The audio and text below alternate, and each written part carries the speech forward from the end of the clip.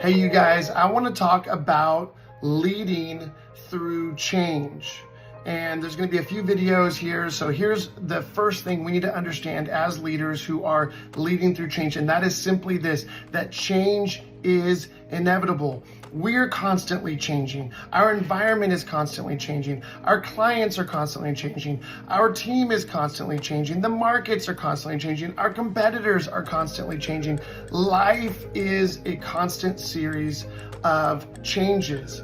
And therefore, if we are easily threatened by change, then what happens is we go into the default mode of trying to either control our environment or ignoring our environment. Neither of those are helpful. So our first order of business as leaders is to recognize that leaders must lead through change. We have to change our mindset, reframe all of the change happening around us, not as an obstacle, but an opportunity for us to engage with the change and make the change work for us instead of against us. Check out the future videos on this same series, Leading Through Change.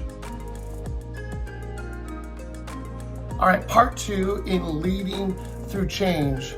I want to talk about our posture, our mindset as leaders as we're engaging the inevitable change that is happening around us. The most important thing for us as leaders is to remember the practice of self-awareness. So often we're triggered by the unpredictable nature of change happening in our organizations, in our business, in our relationships. And therefore we have to remember that it's not the change happening around us that gets to determine our attitudes and behaviors, though sometimes I'd like to blame the world around me for my bad attitudes and behaviors. Instead, as leaders, we have to remember that we and we alone are in control of our attitudes and our behaviors. And so we have to practice self-awareness. We have to be brutally honest about what's going on around us and how we're being impacted.